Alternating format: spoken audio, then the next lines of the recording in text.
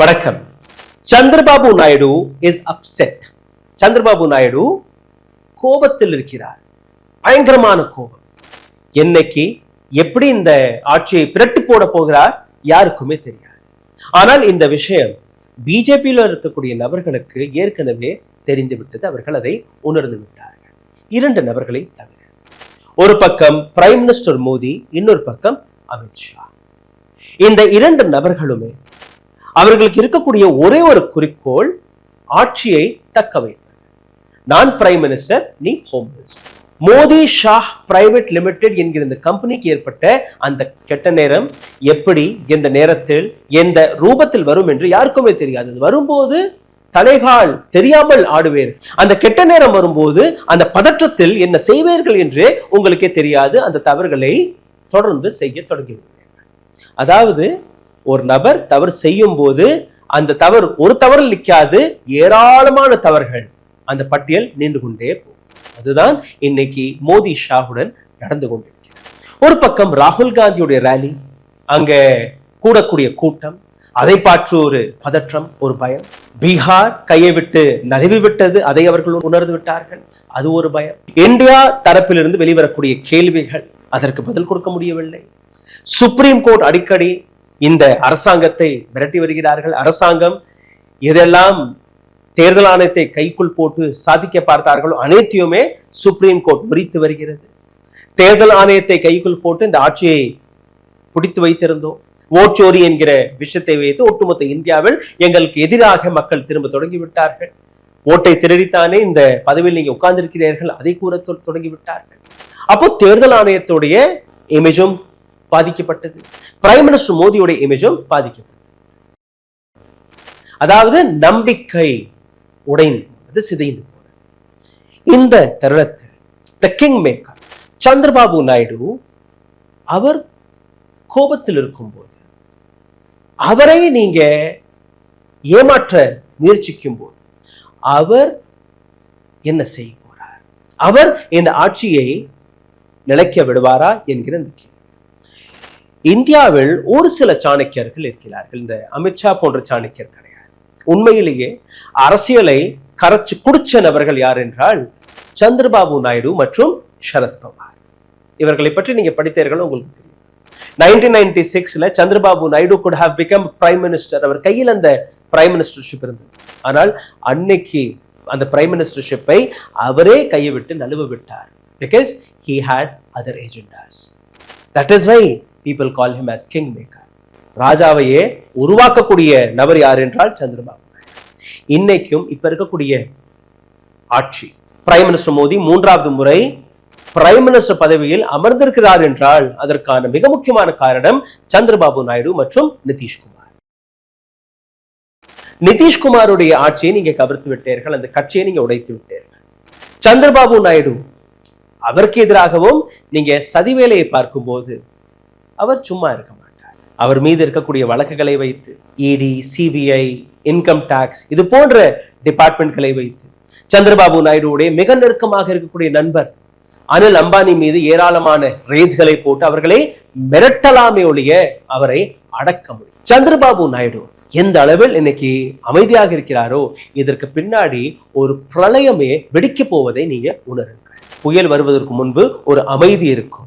அந்த அமைதியை தான் இந்த நாட்டில் இன்னைக்கு நீங்க பார்த்து வருகிறீர்கள். அரசியல் களத்தில் என்ன நடந்தது அதை முதலில் பார்த்து வருங்கள்.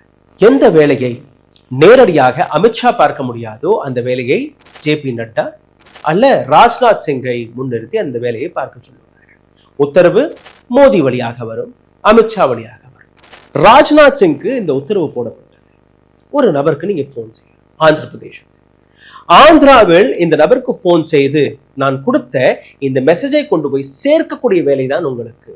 யார் அந்த நபர்? சந்திரபாபு நாயுடுவா அல்ல அந்த கட்சியில் இருக்கக்கூடிய மற்ற எம்பிக்களா? சந்திரபாபு நாயுடுவுடைய கட்சியை உடைக்கக்கூடிய பிளானை செய்து விட்டார்களா? கிடையாது.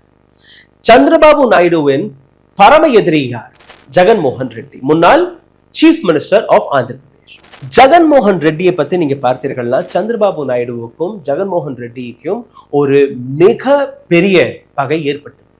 ஜெகன்மோகன் ரெட்டி சீஃப் மினிஸ்டராக பதவியேற்ற நாள்ல இருந்தே சந்திரபாபு நாயுடு செய்த ஏராளமான ஊழல்களை எக்ஸ்போஸ் செய்தது மட்டுமல்லாமல் அவர் மீது ஏராளமான வழக்குகளை போட்டு சந்திரபாபு நாயுடுவை சிறை கம்பி எண்ண வைத்த நபர் தான் ஜெகன்மோகன் ரெட்டி.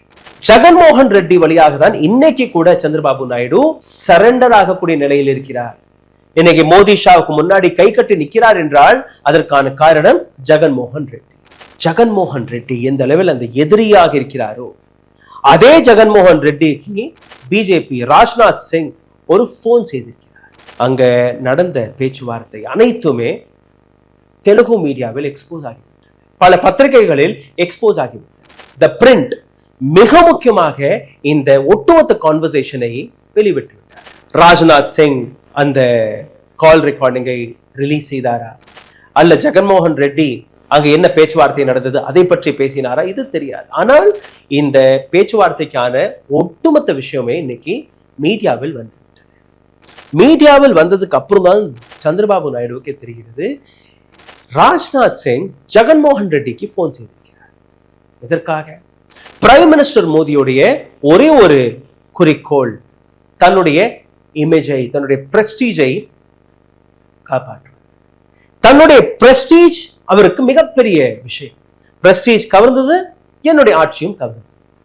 என் மீது இருக்கக்கூடிய அந்த பயத்தை, நம்பிக்கையை என்னுடைய கட்சியில் இருக்கக்கூடிய நபர்களே பார்க்க மாட்டார்கள். ஏற்கனவே கட்சியில் இருக்கக்கூடிய ஏராளமான நபர்கள் எனக்கு எதிராக இருக்கிறார்கள். RSS என் மீது போடக்கூடிய பிரஷர், ரிட்டையர்மெண்ட்டுக்காக போடக்கூடிய பிரஷர், அது ஒரு பக்கம். ஏற்கனவே என்னுடைய அந்த இமேஜ் கொஞ்சம் கொஞ்சமாக குறைய தொடங்கிவிட்டது. இது எல்லாமே நான் உணர்கிறேன். அதனால்தான் ராஜ்நாத் சிங்கை முன்னிறுத்தி இந்த வைஸ் பிரசிடென்ட் தேர்தல் அதற்கான நம்பர் இருந்தால் கூட கிராஸ் ஓட்டிங்கள் இவர்கள் பயப்படுகிறார்கள். அந்த கிராஸ் ஓட்டிங் நடந்து விட்டால் நம்பர் இருந்து கூட வைஸ் பிரசிடென்ட் தேர்தலை இழந்து விடுவோம். வைஸ் பிரசிடென்ட் தேர்தல் இழந்த உடனேயே மக்கள் இன்னும் ஆழமான கேள்விகளை கேட்க தொடங்கி விடுவார்கள். கொஞ்சம் கொஞ்சம் இருக்கக்கூடிய அந்த நம்பிக்கையும் அந்த பிரஸ்டீஜையும் நாங்கள் இழந்து விடுவோம். இந்த பதற்றம் தான் இவர்களை இந்த வேலையை பார்க்க தூண்டியுள்ளது. அமித்ஷா கூறியபடி ராஜ்நாத் சிங் போன் செய்து இந்த வைஸ் பிரசிடென்ட் எலெக்ஷனில் எங்களுடைய மெம்பர் நாங்க யாரை சப்போர்ட் செய்கிறோமோ, யாரை வைஸ் பிரசிடென்ட் கேண்டிடேட்டாக நாங்க நிறுத்தியுள்ளோமோ அவருக்கு நீங்க ஓட்டு போடணும். இந்த மெசேஜ் நேரடியாக அமித்ஷா மற்றும் மோடி உங்களுக்கு கொடுக்க சொல்லி இருக்கிறார். இது ஏப்ரல் 13ஆம் தேதி நடந்த சம்பவம்.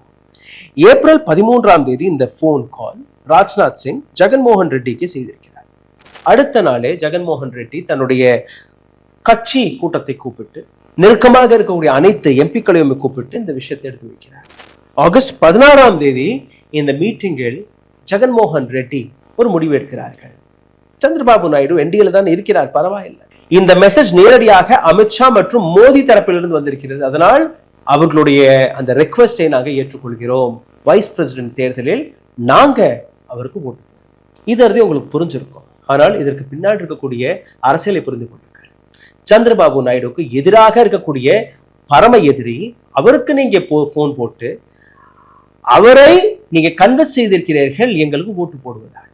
ஆனால் சந்திரபாபு நாயுடுவிடம் இந்த விஷயத்தை பற்றி கேட்கவில்லை, ஒரு வார்த்தை கூட பேசவில்லை.